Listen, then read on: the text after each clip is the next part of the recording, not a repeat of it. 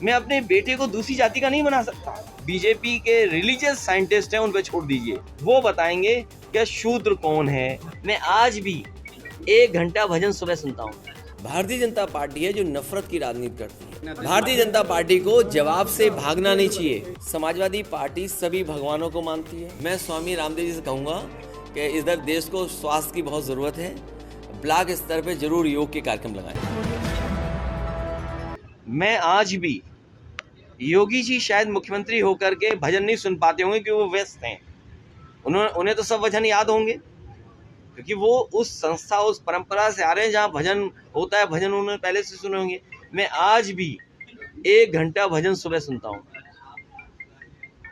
और ये बात आज मैं आपसे कह रहा हूँ, ये नहीं, कोविड के समय पर एक पत्रकार ने जब मुझसे इंटरव्यू लिया था तो उन्होंने पूछा कि लॉकडाउन के समय क्या कर रहे हो, तो मैंने कहा कि मैं पंडित जसराज और तमाम जो हमारे लोग हैं उनके मैं भजन सुनता हूँ। तो रामचरित्र मानस से शिकायत नहीं, जो गलत है वो गलत है। देखिए, जो गलत है वो गलत है। आज अगर किसी जाति का हूँ, मैं अपने बेटे को दूसरी जाति का नहीं बना सकता। ये सच्चाई स्वीकार करनी पड़ेगी। इसीलिए मैंने कहा कुछ सवाल बीजेपी के रिलीजियस साइंटिस्ट हैं, उन पे छोड़ दीजिए। जो रिलीजियस साइंटिस्ट हैं वो बताएंगे कि शूद्र कौन है, वो डिफाइन करेंगे। कम से कम हम हैं पढ़े लिखे, हमारे साथ बहुत सारे लोग पढ़े लिखे लोग हैं, वो भी जानना चाहेंगे। शूद्र के बयान पर आपके लखनऊ कार्यालय के बाहर एक पोस्टर भी लग गया कि गर्व से कहते हैं हम शूद्र। नहीं, वो एक सवाल, देखिए ऐसे तो भारतीय जनता पार्टी ने दूसरे दल की नेता को आगे कर दिया कि जाइए आप कहिए जाके कुछ बात। तो बीजेपी से बचो। बीजेपी बहुत क्या बोलेंगे उसको, चमत्कारी, मायावी, कब क्या कर दे पता ही नहीं, कब कौन सा नया मुद्दा उठा दे पता ही नहीं। इंडस्ट्रियलाइजेशन हुआ था, इंसेंटिव जब तक मिला तो वो कारखाने चले, इंसेंटिव बंद हो गया वो चले गए। इसी तरह रायबरेली अमेठी एक एग्जाम्पल है जहाँ पर जब तक इंसेंटिव मिला, उद्योगपतियों को कुछ सहूलतें मिली, तब तो उद्योगपति रहे। लेकिन जैसे ही उनको इंसेंटिव देना बंद किया वो उद्योगपति चले गए। मैनपुरी में भी राइस मिला, इसीलिए मैं कह रहा हूँ कि उद्योगपति मुनाफा कमाने आए हैं। सरकार को सोच समझ करके इन्वेस्ट कराना चाहिए। ये नहीं कि जो टाई पहने मिल गया, कोट सूट पहने मिल गया, उसी से एमओयू कर लें। अच्छा जी, एक आखिरी सवाल, 2024 में समाजवादी पार्टी कितनी जीते? देखिए, मैं आपको पहले भी कह चुका हूँ, ये बजट विदाई बजट था।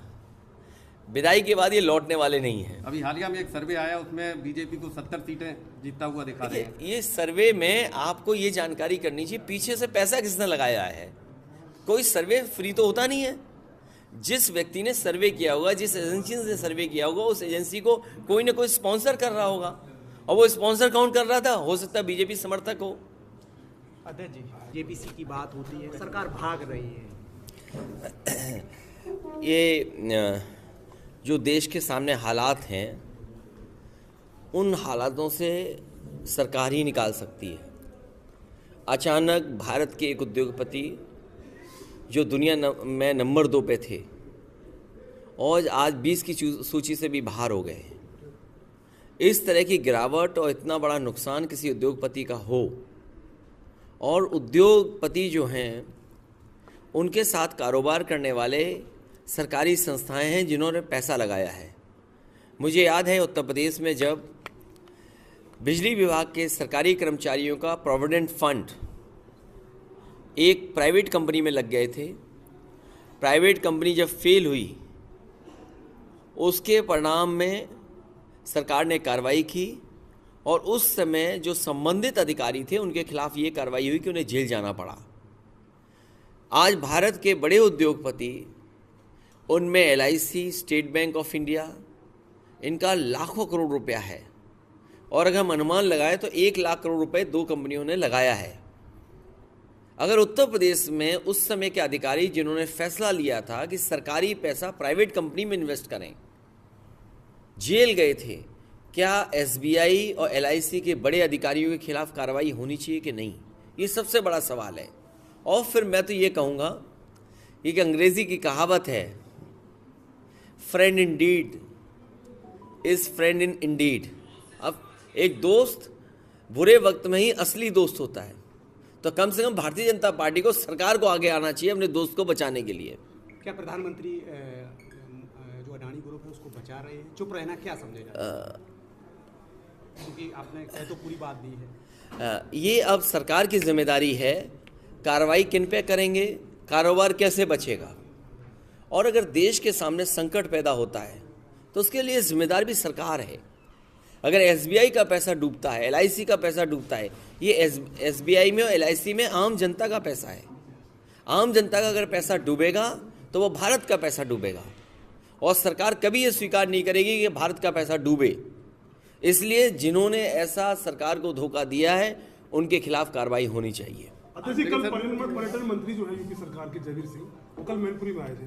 उनका कहना है कि स्वामी प्रसाद मौर्य हो चाहे सपा के लोग हो, वो कुरान पे बात नहीं करेंगे, उनमें हिम्मत नहीं है वो कुरान पे बात कर पाए। देखिए, समाजवादी पार्टी हर धर्म को मानने वाली है, समाजवादी पार्टी हर धर्म की अच्छाई को मानने वाली है।